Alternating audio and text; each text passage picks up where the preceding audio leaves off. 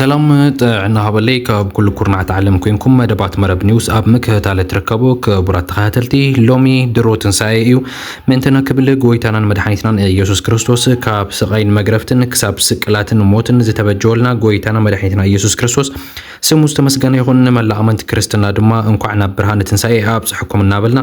اب تግራይ ኢትዮጵያ ኤርትራን ዞባናን ዘማውል ዘሎ ሓድሽ ተሓበሬታት ሒዝና لكم መጺና ለና ንምክህታልኩም ብትሕትና ንዕደም جنرال تادس ورد اب تግራይ بتنايت شعت ابالات زلو بدكتور دبرصيون زمرح كونسل كم زتنقفن حيال تقاومو كم زبطحن نزي سعيو دما كاب دحر حزي بريزيدنت كوينا ايقصلن انكم سلطانكم تركوني كم زبالومن زي ترغاغص حبريتا بصحنالو بزرزرنا باخون كنبلوينا اب تግራይ اب زقربا غزي ناتغالد زخيد زلوت بوليتيكاو ديسكالتات صعيبو اب مونغو ازز سراويتن مريحنت ودب حوحاتن عبيتي كتعتن فللين اسعيبو خم زلو نزي زغالصون حدش حبريتات ناوصو خم زلون حدش حبريتا رخيبنا لنا نابخون كنبلوينا መንግስት ብልጽግና ናይ ጀነራል ታደሰ ወረደ ናይ ሓደ ዓመት ናይ ስልጣን ተወሳኺ ግዜ ዝተወሰኸሉ ናይ አንቀጽ ደብዳቤ ስሕተት እዩ ክብል ተኣሚነሎ እቲ ሕዚ ተጠቂምናሉ ኢና ኢሎም ብልጽግና ኣብ ደብዳቤ ምንዋሕ ሹመት ታደሰ ወረደ ዝተኻተተ አንቀጽ ኣብ 2013 ዓመተ ምህረት ኣብ እዋን ኩናት ትግራይ ብኣመራርሓ ብልጽግና ጸደቀን ድሕርግን ድሕር ውዕል ፕሪቶሪያ ዝተሰዓረን ከም ዝኾነን ኣሚኖምሎ ነዚ እውን ይቅርታ ሓቲቶምሎ ብዝርዝርና በኹም ክነብለይና اب تግራይ ዘሎ ፖለቲካዊ ሕምስምስ ተጠቂሙ ትግራይ ክቆጣጠር ዝሓልም ዘሎ መንግስቲ ብልጽግና ሎሚ ብፊልድ ማርሻል ብርሃኑ ጁላ ዝተመርሐ ኣኼባ ኣብ መንጎ ኣዘዝቲ ሓራ መሬትን ምክልኻል ኢትዮጵያን ኣብ ሰመራ ዝተኻየደ ሓደ ኣኼባ ኣሎ እቲ ናይቲ ኣኼባ ምስጢር እንታይ ዝብል ናባኹም ክነብጽሑ ኢና ምሳና ጽንሑ اب تግራይ ኣብ ዝቀርባ ግዜ እናተጋደደ ዝኸይድ ዘሎ ፖለቲካዊ ዲስካለታት ስዒቡ ኣብ መንጎ ኣዘዝ ሰራዊትን መሪሕነት ውድብ ህወሓትን ዓብይ ክትዓትን ፍልልያትን ኣስዒቡ ከም ዘሎ ዝወጽ ዘሎ ሓበሬታት የመላኽተሉ በዚ መሰረት ድማ እቲ ናይ 9 ኣባላት ዘለዎ ካውንስል ተባሂሉ ዝፍለጥ ኣብ ትግራይ ተቋቂሙ ዘሎ ጀነራል ታደሰ ወረደ ሓዊሱ 9 ኣባላት ዘለዎ ካውንስል ድሕሪት ዘካየዶ ገምጋም ንጀነራል ታደሰ ወረደ ዓብይ ዝበሃል ተቃውሞ ከም ዝበጽሖን ብጣዕሚ ከም ዝተነቕፈን ሓያል ተቃውሞ ከም ዝበጽሖን ነስዒው ድማ ካብ ድሕሪ ሕዚ ፕሬዝዳንት ኮይና ኣይቀጽልን እንኩም ስልጣንኩም ተረከቡን ከም ዝበሎምን ኣብቲ ኣኼባ ድማ ዓበይቲ ዝበሃሉ ነቐፌታታት ከም ዝተላዓሉን ጀነራል ታደሰ ወረደ ድማ ብቁጣዕ ከም ዝተቀበልዎን ከም ድማ እቲ ሕዚ ተቀቢልካዮ ዘለኻ ናይ ሓደ ዓመት ስልጣን ንሕና ኣይንቅበሎን ኣይንፈልጦን ምሳና ዝተረዳደ ማንም የለን ነዚ ድማ ንስኻን ሓደ ዓመት ይኹን ንዝተወሰነ መዓልታት ክትቅጽላይ ትኽእልን ኢሎም ከም ዝገምገምዎን ንሱ ድማ ብቁጣዕ ስልጣንኩም ተረከቡን ድሕሪ ሕዚ እንደውም ኣብ ትግራይ ኣመሓዳር ክኸውን ኣይደልን ክብል ከም ዝገለጸሎምን ካብ ውሽጢ ዝበጽሐና ሓበሬታ መላኺተሎ ክብረት ተኸታተልቲ ኣብ ትግራይ ጋጢሙ ዘሎ ፖለቲካዊ ሓጓፍ ስፍሓቱ እናወሰኸ ኣብ ዝኸደሉ ዘሎ እዋን ሕዚ ድማ ናይ ጀነራል ታደሰ ወረደ ንሓደ ዓመት ዝቕጽል ናይ ስልጣን ግዜ ምንውሑ ናብ ዝለዓለ ጠርዚ ከም ዘብጽሖ ከም ዝኽኣለን ኣብ መንጎ መራሕቲ ህወሓትን ግዜያዊ ምምሕዳር ትግራይን ብተወሳኺ ድማ ኣዘዝቲ ሰራዊት ትግራይ እውን ሓዊሱ ዓብይ ናይ ፖለቲካዊ ኣካይዳ ሓጓፋት ይፍጠሩ ከም ዘለውን زوجوا زلوا حابريتنا قالوا عم دركوا بز مسرت دما اب منغو لعلو تمرارح هوحت عبي دنقاصن مدنقاراتن كم زفترن اب زناي غزيو ممحدر ناي توسخ حد عمت بتر سلطان زملكت حدش وسنن موسن هوحت مشتراو اخيباتات تكايد كم زلنا اب تاخيبا دما بزح كتع كم زتخيدن زرخبناي حابريتا يملاختلو بتوسخ دما كفتم ازستي ناي سراوي تግራይ دما مس هوحت زملكت تخوينم عبيتي مشتراو زخونو اخيباتات يكايدو خم زلون ازوم خيباتات زياتهم دما خمي غيرنا نتحز تفطير زلو بوليتيكاو ديسكالن نتي حز تفطير زلو قمار ناي بلصغنان خمي غيرنا نخشفو نخلكم دماتين حد عمت وسخ سلطان توهيب زلو غزياو ممحدر تግራይ ኮይኑ ዝቀጽል ዘሎ ጀነራል ታደሰ ወረደ ንዑ خمي غيرنا خاب سلطان كنسراوتو نخل تي بدحري كمص زخل سلطان زحز اكل دما انتي عينت حلفنت كلو يخل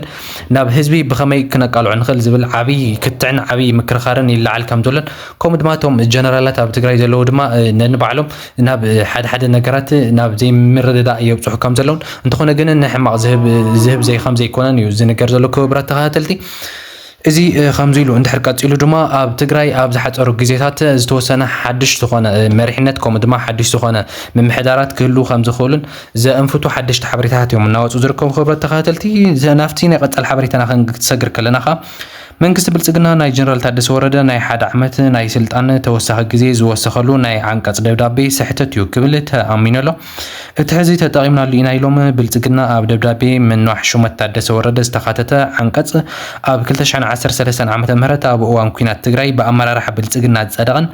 ድሕሪ ግን ድሕሪ ውዕል ፕሪቶሪያ እቲ ዓንቀጽ ንሱ ሙሉእ ብሙሉእ ከም ዝተሰዓረን ዘይሰርሕ ከም ዝኾነን ናይ ብልጽግና ላዕለወይቲ ሓላፊት ናይ ዲፕሎማሲ ዝኾነት ብሌኒ ስዩም ንቢቢሲ ኣብ ዝሃበቶ መብራህሪ ተሰሓሒትና ኢና ክትብል ሓቢራላ እዚ ናይ ኣጠቃቕሳ ዓንቀጽን ደብዳቤን ድማ ክስተኻኸልዮ ነዚ ግን ሕዚ እውን ይቅርታ ክንሓትት ንደሊ ክትብል ንቢቢሲ ዝሃበቶ ቃል ኣቃሊዑ ኣሎ ከም ዝፍለጥ ኣብ ዝሓለፈ መዓልታት እቲ ጀነራል ታደሰ ወረደ ናብ ኣዲስ ኣበባ ከይዱ ድሕሪ እቲ ዘቕረቦ ናይ ሓደ ዓመት ሪፖርት ብናይ ካቢኔ ሚኒስተራት ኣቢሉ ብኣብይ ኣሕመድ ኣቢሉ ናይ ሓደ ዓመት ናይ ስልጣን ግዜ ከም ዝተናውሐሉ ተነጊሩ ነይሩ ነዚ ዝተናውሐሉ ናይ ዓንቀጽ ሰነድ ድማ ብዓንቀጽ 62 ንኡስ ቁጽሪ 9 ኣዋጅ ቁጽሪ 1995 ዝብል ከም ዝነበረ እዩ ዘመላኽት ዘሎ እንተኾነ ግን እዚ ዓንቀጽ እዚ ናል ኤንድ ቮይድ እዩ ዘይሰርሕ እዩ እቲ ሕዚ ተፈጢሩ ዘሎ ናይ ደብዳቤ ምስሕሓት ድማ ሕዚ እውን ይቅርታ እናሓተትሉ እያ ትርከብ እታ ብሌኒ ስዩም ትበሃል ናይ ላዕለወይቲ ሓላፊት ብልጽግና ማለት እዩ ክብረት ተኸታተልቲ እቲ ከምዚ ዓይነት ስሕተታት ክፍጠር ዝኽኣለ ድማ ብዙሓት ተንተንቲ ፖለቲካ ኣብ ልዕሊ ትግራይ ዘለዎም ንዕቐት ዘርኢ እዩ ክብሉ እናገለጹ እዮም ዝርከቡ እቲ ሕዚ ተፈጢሩ ዘሎ ከምዚ ዓይነት ናይ ደብዳቤ ቁጽሪ ምስሕሓት ወይ ከዓ ካልእ ኮነ ተባሂሉ ዝተገብረን ናይ ምጭብርባርን ኣብ ልዕሊ ትግራይ ዝፈጥርዎ ዘለው ኣወዛጋቢ ዝኾነ ፖለቲካዊ ኣካይዳን ዘመልክት ከም ዝኾነ እዩ እናተሓበረ ዝርከብ ክቡራት ተኸታተልቲ ናብቲ ሓደ ናይ መወዳእታ ሓበሬታና ክንሰግር ከለና ከዓ ኣብ ትግራይ ዘሎ ፖለቲካዊ ሕምስ ምስ ተጠቒሙ ትግራይ ክቆፃፀር ዝሓልም ዘሎ መንግስቲ ብልጽግና ሎሚ ድማ ኣብ ከተማ ሰመራ ብፊልድ ማርሻል ብርሃኑ ጁላ ዝተመርሐ ኣኼባ ኣብ መንጎ ኣዘሲ ሓራ መሬት ትግራይን ሰራዊት ምክልኻል ኢትዮጵያን ከም ዝተኻየደ እዩ ዝነገር ዘሎ እዚ ኣኼባ እዚ ሕዚ እውን ማዕረኽ እንደየናይ ሓደገኛ ከም ዝኾነን ናብቲ ናብ ትግራይ ዘመርሕ ዘሎ ናይ ወረታትን ከምኡ ድማ ወረታት ኩናትን እቲ ኢትዮጵያ ትዳለወሉ ዘላ ናብ ትግራይ ናይ ምውራር ኣካይዳታን ንዑ ከስተኻኽል ዝኽእልን ክግምግም ዝኽእልን ከምኡ ድማ እቲ ሓራ መሬት ተባሂሉ ዝፅዋዕ ኣብ ዓፋር ዘሎ ብጀነራል ወዳን ጥሩ ዝምራሕ ሰራዊት ድማ እንታይ ዓይነት ድልውነት ከም ዘለዎን ኣብ ትግራይ ክፍጠር ንዝኽእል ኩናት ድማ እንታይ ዓይነት ግብረ መልሲ ክህብ ከም ዝኽእልን ከመይ ዓይነት ኣብ እንታይ ዓይነት ድልውነት ከም ዘለዎን እንታይ ዓይነት ሓገዝ ከም ዘለዎምን ንዑ ንምግምጋም ከም ዝኸደን ምስቶም ናይ ሓራ መሬት ተባሂሎም ዝፍለጡ ኣዘዝ ሰራዊት ድማ ኣኼባ ከም ዘካየደን ጀነራል ብርሃኑ ጁላ ነዚ ነገር እዚ ብጥብቂ ክከታተልዎ ከም ዘለዎምን ንቅድሚት ብዙሕ ሓደሽቲ ነገራት ክፍጠር ከም ዝኽእልን ኣብ ትግራይ ንጀነራል ታደሰ ወረደ ዘይቕበልዎ እንድሕር ኮይኖም ሓደሽቲ ነገራት ክፍጠሩ እዮም በዚ መሰረት ድማ ኩናት ኣብ መንጎ ትግራይን ኣብ መንጎ ኢትዮጵያን ክቕፅል ስለ ዝኽእል ነዚ ነገር እዚ ማዕረኽ እንደናይ ድልዋት ይኹን ክብል ከም ዝሓተቶምን እዩ ዝወፅ ዘሎ ሓበሬታታት ዘመላኽቱ ዘለዉ እንተኾነ ግን ኣብዚ ኣኼባ እዚ ሕዚ እውን ሙሉእ ብሙሉእ ብዝበሃል ድምፂ ክሰማምዑ ኣይከኣሉን ዘለዉ እቶም ኣብኡ ዘለዉ ናይ ሓራ መሬት ዕጡዋት ዝበሃሉ እውን ነቲ ብፊልድ ማርሻል ብርሃኑ ጁላ ዝተመርሐ ኣኼባ ሕቶ ከየቕረብሉ ሱቕ ኣይበሉን ናይ ባዕሎም ዝኾነ ሕቶታት ኣቕሪቦም ዘለዉ እቲ ናይ ባዕሎም ዘለዎም ስክፍታታት እቲ ኣብ ትግራይ ዝኸድዎ ዘለዉ ናይ ብልጽግና ኣካይዳ ኣብ ልዕሊ ትግራይ ዘሎ ስክፍታታት ከም ዘለዎም እውን ብትሪ ገሊፆም ዘለዉ ማለት እዩ ንፊልድ ማርሻል ብርሃኑ ጁላ እንተኾነ ግን ማዕረኽ እንደናይ ለውጢ የምፅእ ዝብል ግን ንቅድሚት ንሪኦ ክኸውን እዩ ክብረት ተኸታተልቲ እዚ ሓበሬታ እዚ ናብ ኩሉ ማሕበረሰብ ንክበፅሕ ሼር ምግባር ከይትርስዑ እንተኣነ ግን ኣብዚ ዛዚመ ኣለኹ ሰላም